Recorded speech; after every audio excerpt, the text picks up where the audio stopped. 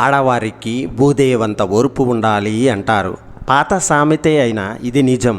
ఇంటి పని, పిల్లల పెంపకం, అణకువ, బాధ్యతలు, ఓర్చుకోవడం, భరించడం, త్యాగం వంటివి స్త్రీ భరించే కష్టాలు. కొన్ని ఇళ్లల్లో ఆడపిల్లలు పని నేర్చుకోకపోతే అత్తారింట్లో నుంచి గెంటేస్తారట. ఈ నొప్పికే ఏడిస్తే ఎలా? ఆడవాళ్ళు అన్నిటినీ ఓర్చుకోవాలి. ఇలా గెంతుతూ తుల్లుతూ పరిగెడితే మన పరువేం కాను గుర్తుపెట్టుకోవాలి కదా. ఆడపిల్లలు అలా కూర్చోవచ్చా? అంత గట్టిగా నవ్వచ్చా? మొగుడన్నాక కొడతాడు, తిడతాడు. ఓర్పుగా ఉంటే ఎప్పటికో మారతాడు. కానీ ఎదురు తిరిగి మాట్లాడచ్చా? అత్తారు నంది అంటే నంది, పంది అంటే పంది అనాలి. రోజుల్లోనూ మన దేశంలో చాలామంది స్త్రీల పరిస్థితి ఇంకా 1950-60లలో ఉన్న స్థితి కన్నా పెద్దగా ఏమీ మారలేదు. ఇప్పటికీ పట్టణాల్లో, పల్లెల్లో ఆడవారిని ఇంటి పని చేయడానికి, పిల్లల్ని కనడానికి ఉపయోగపడే యంత్రాలుగాను, తమ మానసిక ఒత్తిడి తీర్చుకోవడానికి వస్తువులుగాను చూస్తున్నారంట. నిజమంటారా? ఒక 30-40 ఏళ్ల పాటు సంసారమును నడిపి ఉంటుంది ఒక ఇల్లాలు. ఈ కాలంలో అత్తవారి హవా కూడా కొన్నాళ్ళు నడుస్తుంది. ఆ బాధల నుండి తప్పించుకొని అధికారం దక్కించుకునే క్రమంలో చాలా కష్టాలు పడి ఉంటుంది ఆ ఇల్లాలు. ఈ లోపల పిల్లలను చదివించి ప్రయోజకులను చేస్తుంది. మళ్ళీ వెంటనే కోడలు వస్తుంది. ఈ కాలంలో కోడళ్ళదే కదా రాజ్యం.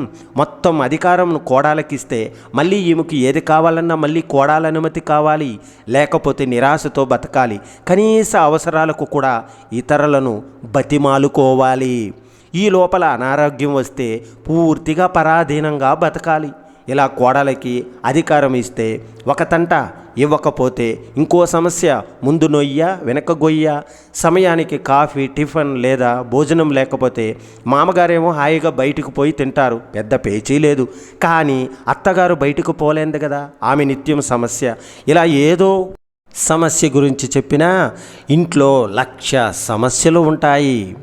ముసలివారికి తమ సొంత ఆదాయం లేకపోతే ఈ సమస్యలు ఇంకా చాలా పెద్దవి అవుతాయి. వీటిని చూసి కోడలు మరియు అత్తగారు ఇద్దరూ భయపడి తగాదాలకు దిగుతారు. ఈ కాలంలో చాలామంది ఇలాంటి పరిస్థితుల్లో వేరే కాపురం పెట్టుకుంటున్నారు. అందుచేత ఈ దినదిన ప్రత్యక్ష సమరం లేదు, ప్రచ్ఛన్న యుద్ధాలే ఎక్కువ. కానీ ఆర్థిక స్తోమత లేని దిగువ మధ్యతరగతి మరియు పేద కుటుంబాల్లో అత్తా కోడళ్ళు వారికి ఆర్థిక వెసులుబాటు లేక నిత్యం సమరమే. అందుకే ఆడదానికి ఆడదే శత్రువు అని అంటారు. ఒక 40 సంవత్సరాల కిందట అత్తలు కొడుకును గుప్పట్లో పెట్టుకొని కోడళ్లను చాలా బాధ పెట్టేవారు. ఉమ్మడి కుటుంబాల్లో పిల్లలు లేరని లేదా మగపిల్లవాడిని కనలేని అనవసర నిందారోపణలు చేసి బాధించేవారు. మగపిల్లవాడు లేడని ఇంకో పెళ్లి కూడా చేసేవాళ్ళు. అదంతా గత చరిత్ర. ఇప్పుడు పెళ్లి కాగానే వేరే కాపురం పెట్టుకుంటున్నారు. లేదా అత్తమామలను తృణీకరించడం మరియు బయటకు గెంటేయడం కూడా చేస్తున్నారు. ఇలా ప్రతివారు చేస్తున్నారని చెప్పలేము, కానీ అక్కడక్కడ జరుగుతుంది. అందుకే అంటారు, మొత్తం మీద ఈ అత్తా కోడళ్ళ మధ్య నిశ్శబ్ద యుద్ధం ఎప్పుడూ జరుగుతూనే ఉంటుంది. ఇలా కాకుండా విశాల హృదయంతో సర్దుకుని పోయేవారు కూడా ఉన్నారు. వాళ్లకు పాదాభివందనాలు. మంచి సంప్రదాయం ఉన్న కుటుంబాలలో కోడలని కూతురు వలె ఆదరించి చూసుకునేవారు కూడా ఉన్నారు. అందుచేతనే ఇప్పటికీ కుటుంబ వ్యవస్థ మీద మనకు గౌరవం ఉంది. పెద్దవారి అంగీకారంతో యువతీ యువకులు పెళ్లి చేసుకునేందుకు ఇప్పుడు ఇష్టపడుతున్నారు. ఏదైనా అనుకోని సమస్యలు ప్రతి జంటకు వస్తాయి. అలాంటప్పుడు ఆ 2 కుటుంబాలు సహృదయంతో అర్థం చేసుకొని ఆ జంటకు బాసటగా నిలుస్తారని ఆశతోనే ఉన్నారు. ఆడవారు ఏదన్నా కష్టం వస్తే దాని కన్నీటి రూపంలో బయటికి దించుతారు. ఎందుకంటే ఆడవారు కాస్త సున్నితమైన మనస్సు గలవారు. అందుకే ఏదైనా బాధాకర విషయానికి ఏడుస్తారు కన్నీటి రూపంలో. కానీ వారి గుండె బరువును దించడానికి వారికి ఆ కన్నీరే ఉపశమనం. లైఫ్లో మిమ్మల్ని చాలామంది చాలాసార్లు ఏడిపిస్తారు. ఎక్కువగా ఏడిపించేది ఒక్క మొగుడు మాత్రమే. ఎందుకంటే మీ పక్కనే ఉంటాడు, పక్కలోనే ఉంటాడు. చెప్పకుండా కొన్ని చేస్తాడు, చెప్పి కొన్ని చేస్తాడు. ఇవే తప్పులు మీ నాన్న కూడా చేస్తాడు. మీ నాన్న వలన మీ అమ్మ ఎన్నిసార్లు ఏడ్చిందో గుర్తు తెచ్చుకో. మీరు మీ నాన్నను క్షమించలేదా? వాళ్ళను క్షమించినట్టే మొగుడిని కూడా క్షమించండి. జీవితంలో మన ప్రమేయం లేకుండా, మనకి ఇష్టం లేకుండా కొన్ని సంఘటనలు జరిగిపోతూ ఉంటాయి. ఆ సంఘటనలకి ఎంత కుమిలిపోయినా చేజారిపోయిన జీవితం తిరిగి రాదు కదా. అటువంటి జీవితాన్ని తలుచుకుంటే దుఃఖం వస్తుంది, మనసుకు కష్టం కలుగుతుంది. దానిని ఎదుర్కొనే సాహసం ఉండాలి. ఎంత కన్నీరు కార్చినా తరగని వేదన, ఏ రకంగా తిరిగి పొందలేని నష్టం ఒక్కోసారి కృంగదీస్తుంది. తట్టుకుని నిలబడాలి. జీవితం అనేది ఒక తోట లాంటిది. ఆ తోటలో చెట్లు నున్న ఆకులు రాలిపోతాయి, పువ్వులు వాడిపోతాయి. అలాగే జీవితంలో రాలిపోయిన ఆకుల్ని ఏరిపారేసినట్టే మనం గత తాలూకా చేదు జ్ఞాపకాలను మనసులో నుంచి తొలగించుకోవాలి. అప్పుడే కొత్తగా చిగురించిన చిగుళ్ళు పువ్వులను ఆస్వాదించగలము. కాబట్టి గుర్తుపెట్టుకోండి, జీవితం అంటే మరిచిపోవలసిన చేదు జ్ఞాపకాన్ని మరిచిపోవాలి. అప్పుడే వికసించిన విరబూసిన పువ్వుల జీవితంలో ప్రతి క్షణాన్ని కొత్త ఆశతో అందుకోగలం. నేటి సమాజంలో మనిషిలో మానవత్వం, మంచితనం మటుమాయం అవుతున్నాయి. దాని స్థానంలో హృదయం, మానవత్వం లేని మనుషులున్నారు. జీవం లేని డబ్బు ప్రధానమైపోయింది. ఆ డబ్బును కష్టపడి సంపాదించిన, వంచన చేసి సంపాదించిన, శరీరాన్ని పనంగా పెట్టి సంపాదించిన ఆ డబ్బుకే విలువ. మనుష్యుల్లో కూడా రకరకాల వాళ్ళు మనకు తారసపడుతుంటారు. మనం అత్యంత ఆత్మీయులు అనుకునే రక్త సంబంధికులే మన మీద బురద చల్లేవారు, చీత్కరించుకునేవారు ఉన్నారు. మన ప్రమేయం లేకుండానే జరిగిన తప్పులకి మనల్ని బాధ్యులను చేస్తూ వేలెత్తి చూపించేవారు, మనల్ని కుమిలిపోయేట్టు చేసేవారు, మనకి ఏమీ కాకపోయినా మన మీద ఎంతో అభిమానం, సానుభూతి చూపేవారు. ఇలా రకరకాల మనుష్యులు ఉంటారు. గుర్తుపెట్టుకో మిత్రమా, బాల్యంలో తల్లిదండ్రుల దగ్గర స్వాతంత్రం లేదు. వాళ్ళు ఇచ్చిన బట్ట కట్టాలి, వాళ్ళు పెట్టిన తిండి తినాలి. ఎన్ని కష్టాలున్న, కోరికలు, ఆశలు, అభిలాషలున్న వాటిని చంపుకొని వాళ్ళ ఇష్ట ప్రకారమే నడుచుకోవాలి. ఇక పెళ్ళైన తర్వాత భర్త దగ్గర, ముసలితనంలో పిల్లల దగ్గర అంతా స్త్రీకి స్వాతంత్రం లేదు. చిందని కన్నీరు కార్చకు, ప్రతి సమస్యకు పరిష్కారం ఉంటుంది. కాస్త ఓపిక పట్టాలి. కొన్ని సమస్యలు కాలమే పరిష్కరించవచ్చు. అందుకే మళ్ళీ చెబుతున్నా, భూదేవంత ఓర్పు ఉండాలి అని. సంతోషం అనేది డబ్బు పెట్టుకుంటే రాదు. మన అనుకున్న వారితో మనసు విప్పి మాట్లాడితే నిజమైన సంతోషం దొరుకుతుంది. ఎప్పటికైనా వస్తుంది అని ఎదురు చూడటం ఆశ, ఎప్పటికీ రాదు అని తెలిసిన ఎదురు చూడడం ప్రేమ. జీవితంలో మనుషులు ఎప్పుడు ఎలా మారతారు ఎవరికీ తెలియదు. మనసులను అంచనా వేయడం సముద్రం మీద ఇల్లు కట్టడం లాంటిది. జీవితంలో ఏది ఎప్పుడు రావాలో అప్పుడే తప్పకుండా వస్తుంది. ఏది ఎంతకాలం నీతో ఉండాలో అంతకాలం మాత్రమే ఉంటుంది.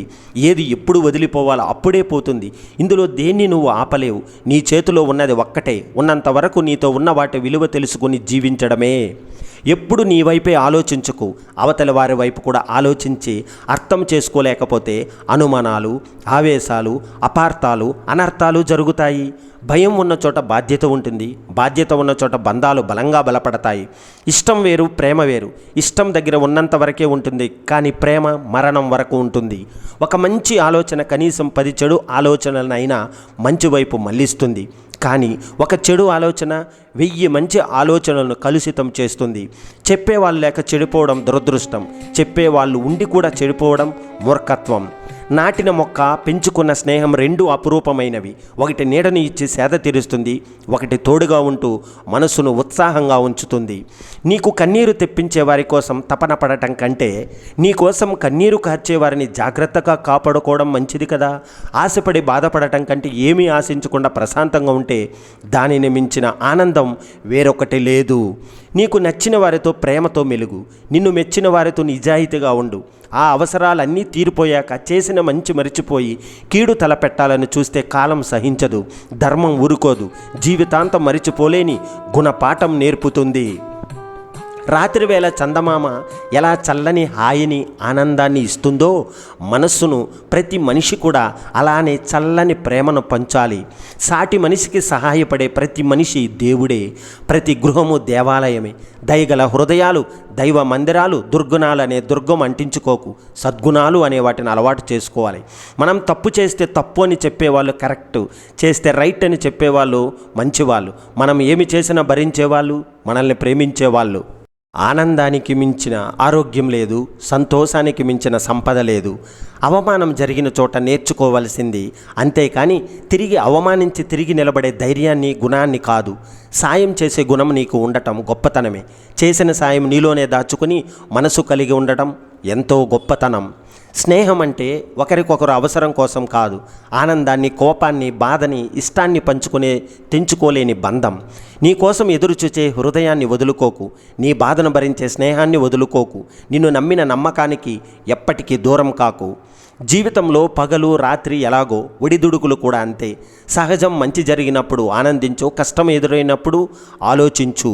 మిత్రమా, నీవు ఎప్పుడు పొందనిది నీవు కావాలంటే నీవు ఎప్పుడు చేయని కృషి చేయాలి. వెలుతురులో నీ వెంట నడిచే నీడ చీకట్లో కనబడనట్లే జీవితంలో వచ్చే సమస్యలు ఎల్లకాలం ఉండవు. ఎదుట వారి ఆలోచనలను గౌరవించకపోయినా పర్వాలేదు, కానీ అపహాస్యం మాత్రం చేయకండి. ప్రతి ఒక్కరిలో ఏదో ఒక గొప్పతనం ఉంటుంది. మనకు దానిని గుర్తించే స్వభావం ఉండాలి.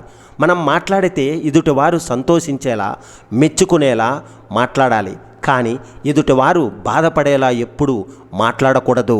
సందేహాలతో కాలం గడిపేస్తూ ఉంటే సొంత వారిని అనుమానం చేసే స్థాయికి చేరిపోతారు. అర్థం చేసుకోండి, ఎవరిని ఎక్కడ ఎప్పుడు ఎవరితో కలపాలో అన్నీ దేవుడు ఎప్పుడో రాసేస్తాడు. ఏది చేసినా మన మంచికే చేస్తాడు. మిత్రమా, గుర్తుపెట్టుకో, ఏ వస్తువైనా బంధమైన 2 సార్లు మాత్రమే అందంగా కనిపిస్తాయి. ఒకటి దొరికినప్పుడు, 2 పోగొట్టుకున్నప్పుడు. ఎందుకంటే ఉన్నప్పుడు దాని విలువ తెలియదు, లేనప్పుడు ఎంత ఆరాటపడ్డా దొరకదు. అబద్ధాలు మాట్లాడుతూ అవకాశానికి అనుగుణంగా నటిస్తూ బ్రతికే వాళ్లకు ఉన్న విలువ నీతిగా నిజాయితీగా ఉండే వాళ్లకు ఉండదు. అందం చూసి పుట్టే ప్రేమ అవసరం తీరేంత వరకే ఉంటుంది, కానీ మనసును చూసి పుట్టే ప్రేమ మాత్రం మరణం వరకు మనతోనే ఉంటుంది. సమస్యలు ఎప్పుడైనా రాని, కష్టం ఎప్పుడైనా రాని, కన్నీళ్ళు ఎండిపోని, నీ స్నేహితులు దూరమైపోతే పోని, రేపు అనేది ఒకటి ఉంటుంది. దానికోసమే వేచి చూడు మిత్రమా. ఎవరో లేకపోవడం కాదు, మనతో ఎంతమంది ఉన్నా మనల్ని అర్థం చేసుకునే వాళ్ళు లేకపోవడమే నిజమైన ఒంటరితనం. నీ జీవితమే నీకు గురువు, ఎందుకంటే అది నీకు నిరంతరం పాఠాలు నేర్పుతూనే ఉంటుంది. నమ్మిన వారు మోసం చేశారని అందరి మీద నమ్మకం కోల్పోకు. బొగ్గు వల్ల చేతికి మసి అయిందని వజ్రం దొరికితే వదులుకోలేము కదా. ఎన్ని తిట్టినా, కోప్పడినా మళ్ళీ మళ్ళీ మాట్లాడడానికి ప్రయత్నిస్తున్నారంటే మనమంటే ఇష్టం కాదు, మనల్ని వదులుకోలేనంత పిచ్చి ప్రేమ ఉందని అర్థం. ఇష్టం లేని చోట ఇంద్రభవనం కూడా ఇరుకుగానే ఉంటుంది. మనసు పడిన చోట మట్టి ఇల్లు కూడా తాజ్మహల్లా కనిపిస్తుంది. నీ మీద వేసిన నింద తప్పైతే సరిదిద్దుకో, అది అబద్ధమైతే వదిలేయి. చెట్టును నరికేయడం చాలా సులభం, కానీ అదే చెట్టు పెరుగు పెద్దది కావాలంటే ఒక జీవితకాలం పడుతుంది. అలాగే కోపంతో ఒక మాట అనేయడం సులభం, కానీ క్షణకాలంలో జారే ఆ మాట ఒక బంధాన్ని తెంచేస్తుంది కదా. మిత్రమా, గుర్తుపెట్టుకో, నిజంగా ప్రేమించేవారు ఎవరైనా ప్రపంచంలోకెల్లా అందమైన వారిని కావాలని కోరుకోరు, తన ప్రపంచాన్ని అందంగా మార్చగల వారిని కోరుకుంటారు. ప్రపంచంలో సమస్య లేని వ్యక్తులు ఎవరూ లేరు, అలాగే ప్రపంచంలో పరిష్కరించలేని సమస్యలు లేవు. సమస్యల కోసం ఆలోచిస్తూ ఉంటే దుఃఖమే మిగులుతుంది, పరిష్కారం కోసం ఆలోచిస్తే మంచి జరుగుతుంది. మనం తనకి నచ్చినట్టు ఉంటేనే అమ్మాయి ప్రేమిస్తుంది, కానీ మనం ఎలా ఉండినా సరే అమ్మ మాత్రమే మనల్ని ప్రేమిస్తుంది. అహం వల్ల ఏర్పడే అంధకారం అసలు చీకటి కంటే భయంకరమైనది. నేడు అహంకారాన్ని విడితే రేపటి వెలుగును మనం ప్రతి ఒక్కరూ చూడవచ్చు. ఒక వ్యక్తిని త్వరగా అర్థం చేసుకోకపోయినా పర్వాలేదు, కానీ అంత త్వరగా అపార్థం మాత్రం చేసుకోవద్దు. జీవితంలో కొన్నిసార్లు మనం బాధపడటానికి కారణం మనం చేసిన చెడు కాదు, మన మంచితనం. చేసిన మంచి పనిని ఎప్పుడు ఎక్కడ ఆపాలో తెలియకపోవడమే అసలైన కారణం. మనసులో మాటకు, నోటిలో మాటకు చాలా తేడా ఉంది. మనసులో మాట మన వాళ్ళ కోసం వస్తే, నోటిలో మాట మన వాళ్ళు అని నమ్మించడానికి వస్తుంది. మగాడు నచ్చితే ప్రేమిస్తాడు, ఆడది నమ్మితే ప్రేమిస్తుంది. ప్రేమంటే నచ్చడం కాదు, నమ్మడం. అందుకే మగవాడి ప్రేమ కంటే ఆడదాని ప్రేమ ఎంతో గొప్పది. అదృష్టం అంటే అందం, ఐశ్వర్యం ఉన్నవాళ్ళు మన జీవితంలోకి రావడం కాదు, అర్థం చేసుకునే వాళ్ళు రావడం నిజమైన అదృష్టం. తెలియక చేజారిన దాన్ని తిరిగి పొందాలనుకోవడం అమాయకత్వం. చేతిలో ఉన్నదానిని చేజార్చుకుని తిరిగి మరలా పొందాలనుకోవడం మూర్ఖత్వం. జీవితంలో సంతోషం కావాలంటే నిన్ను నువ్వు ప్రేమించు. సంతోషమే జీవితం కావాలంటే నిన్ను ప్రేమించే వారిని మనస్ఫూర్తిగా ప్రేమించు. గతం అంటే కొని తెచ్చుకునే వస్తువు కాదు, ఇష్టపడిన వ్యక్తితో గడిపిన జ్ఞాపకాలే గతం. శ్రమిస్తే శరీరానికి మంచిది, ప్రేమిస్తే మనసుకు మంచిది, నమ్మిస్తే నలుగురికి మంచిది. పగులు రేయి కలిస్తేనే ఒక సంపూర్ణమైన రోజు, కష్టం సుఖం కలిగిస్తేనే ఒక సంపూర్ణమైన రోజు. ఊపిరి పోసుకోగానే బంధాలు ఏర్పడతాయి, ఊపిరి పోగానే జ్ఞాపకాలు మిగులుతాయి. తన ముఖంలో బాధలు కనిపించకుండా నవ్వే వాళ్ళు గొప్పవాళ్ళు, వాళ్ళు చెప్పకుండా తెలుసుకునే వాళ్ళు అంతకన్నా గొప్పవాళ్ళు. సంతోషంగా ఉండడమా లేక విచారంగా ఉండటం అనేది మనం ఎంచుకునే స్థితిని బట్టి ఉంటుంది. మన మనసును దేనికి బందీని చేస్తే ఆ స్థితిని మనము పొందుతాము. చేజారిన ఓ నిమిషాన్ని భూమిపైన ఉన్న ఏ సిరి సంపద తిరిగి ఇవ్వలేదు. మాటలైనా మనసైన పరిపూర్ణంగా అర్థం అవ్వాలి అంటే ఎదుట మనిషి మీద నమ్మకం, అభిమానం ఉండాలి, కానీ నిర్లక్ష్యం, చులకన భావం ఉండకూడదు. నీకున్న అందమైన రూపం కేవలం ఎదుటవారి కళ్ళను మాత్రమే దోచుకుంటుంది, కానీ అందమైన వ్యక్తిత్వమే నీదైతే చుట్టూ ఉన్న అందరి మనసును దోచుకుంటుంది. ఓర్పు అనేది ఎంత చేదుగా ఉంటుందో దానివల్ల లభించే ప్రతిఫలం కూడా తీయగా ఉంటుంది. ప్రతి ఒక్కరిలో ఏదో ఒక గొప్పతనం ఉంటుంది. మనకు దాన్ని చూసే మనసు ఉండాలి, అభినందించే గుణం ఉండాలి, ఆ గొప్పతనాన్ని ఒప్పుకునే గొప్పతనం కూడా ఉండాలి. మిత్రమా, గుర్తుపెట్టుకో. రాళ్లతో కట్టబడే ఆలయం కంటే నరాలు రక్త మాంసాలతో కట్టబడి ఉన్న మనిషి శరీరమే నిజమైన ఆలయం. నీ సహాయం అడిగిన వాడిని ఎప్పుడు చులకనగా చూడకు. నీకు కూడా ఒకరు సహాయం చేస్తారు అని గుర్తుపెట్టుకొని ఇతరులకు సహాయం చెయ్యి. ఆశలతో కూడిన అంతస్తులకు అంతమంటూ ఉండదు. ఎన్ని మెట్లు ఎక్కినా ఇంకా ఒక మెట్టు మిగిలే ఉంటుంది. అందుకే మనిషికి ఆశపడే మనసు కంటే సంతృప్తపడే మనసు చాలా అవసరం. జీవితం చాలా చిన్నది, ఉన్నది ఒక్కటే జీవితం. పంతాలు పట్టింపులు వదిలేయి, ప్రేమను పంచేయి. మనం ఎప్పుడు ఆనందంగా ఉండటం సాధ్యం కాకపోవచ్చు, కానీ ఆనందాన్ని ఇతరులకు పంచవచ్చు కదా. కొందరి కోసం మనం భరించలేని బాధను కూడా భరిస్తాం. ఎందుకో తెలుసా? బాధ కన్నా వారితో బంధం ముఖ్యం కాబట్టి. కానీ ఆ విషయం వారికి ఎప్పటికీ అర్థం కాదు. ఒకరిని బాధ పెట్టి మనం సంతోషంగా ఉండటం జీవితం కాదు. మనం బాధలో ఉన్న మరొకరికి సంతోషం ఇచ్చేదే అసలైన జీవితం. మిత్రమా, నీకోసం వేచి ఉండే మనిషితో వీలున్నప్పుడు మాట్లాడటం కాదు, వీలు చేసుకుని మాట్లాడటమే నిజమైన ప్రేమ. బంధం ఏదైనా సరే, నిన్ను చూసి చిరునవ్వు చిందించే కళ్ళు ఎన్నైనా ఉండవచ్చు, కానీ నీకోసం కన్నీళ్లు కార్చే కళ్ళు కొన్ని మాత్రమే ఉంటాయి.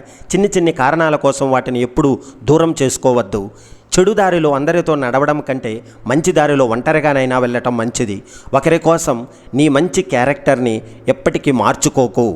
ఎవరో నిన్ను బాధ పెట్టాలని వాళ్ళు తిరిగి బాధపడాలని ఎప్పుడు కోరుకోకు. తెలియక బాధ పెడితే క్షమించు, తెలిసి బాధ పెడితే తీర్పు కాలానికి అప్పగించు. నువ్వు మాత్రం ప్రశాంతంగా జీవించు. ఎవరి దగ్గర మనం సంతోషంగా రెట్టింపు అవుతుందో, ఎవరి దగ్గర మన బాధలు సగం అవుతాయో, ఎవరో కలిసినప్పుడు మన మనసు ప్రశాంతంగా ఉంటుందో వారే మన ఆత్మీయులు. స్నేహం ప్రేమ అవుతుంది, కానీ ప్రేమ స్నేహం అవ్వదు. ఎందుకో తెలుసా? స్నేహం వేల మంది హృదయంలో చేరుతుంది, ప్రేమ ఒక్క హృదయాన్ని మాత్రమే ఎంచుకుంటుంది. నిద్రపోయే ముందు ప్రతి ఒక్కరికి ఎవరో ఒకరు గుర్తుకు రావడం సహజం, కానీ తెల్లారి లేచాక ఎవరైతే మీకు ముందుగా గుర్తుకు వస్తారో ఖచ్చితంగా వారే మీకు అత్యంత ఇష్టమైన వారు. ఇతరుల మనసును అర్థం చేసుకోకపోయినా పర్వాలేదు, కానీ వాళ్ళ మనుషులే. వాళ్ళకి ఓ మనసు ఉంటుందని గుర్తిస్తే చాలు. ఇతరులతో నిన్ను నువ్వు పోల్చుకోవడం ఆపినప్పుడు నీవు నీ అసలైన జీవిత ఆనందాన్ని పొందుతావు. మిత్రమా, పోయినప్పుడు ప్రేమలు చూపించే కంటే బతికి ఉన్నప్పుడు పలకరించి చూడు, ఆ బంధాలు బలంగా ఉంటాయి. జ్ఞాపకం అందాన్ని ఇచ్చినప్పుడు ఏకాంతం వరమవుతుంది. అదే జ్ఞాపకం దుఃఖం కలిగిస్తే ఒంటరితనం శాపంగా మారుతుంది. గుర్తుపెట్టుకో. మనస్సు ఆరోగ్యంగా ఉంటేనే మనిషి కూడా ఆరోగ్యంగా ఉంటాడు. మనస్సు ఆరోగ్యంగా ఉండాలంటే గతాన్ని గురించి తక్కువగా ఆలోచించాలి, భవిష్యత్తును ఎక్కువగా ప్రేమించాలి. మనల్ని అర్థం చేసుకుంటే గుండెల్లో గుడి కట్టినా తప్పులేదు, కానీ మనకి విలువ లేని చోట ఎదుట వ్యక్తి గురించి ఎంత ఆలోచించినా వ్యర్థమే కదా. కలిసి ఉండాలి అనుకునేవారు అర్థం చేసుకునే ప్రయత్నం చేస్తారు. విడిపోవాలి అనుకునేవారు బాధ పెట్టడానికి మాత్రమే ప్రయత్నం చేస్తూ ఉంటారు. స్వార్థంతో స్నేహం వద్దు, షరతులతో కూడిన ప్రేమ వద్దు, దురాభిప్రాయంతో మాటలు వద్దు, తిరిగి ఆశించే సహాయం అస్సలు వద్దు. జై హింద్, వందే మాతరం.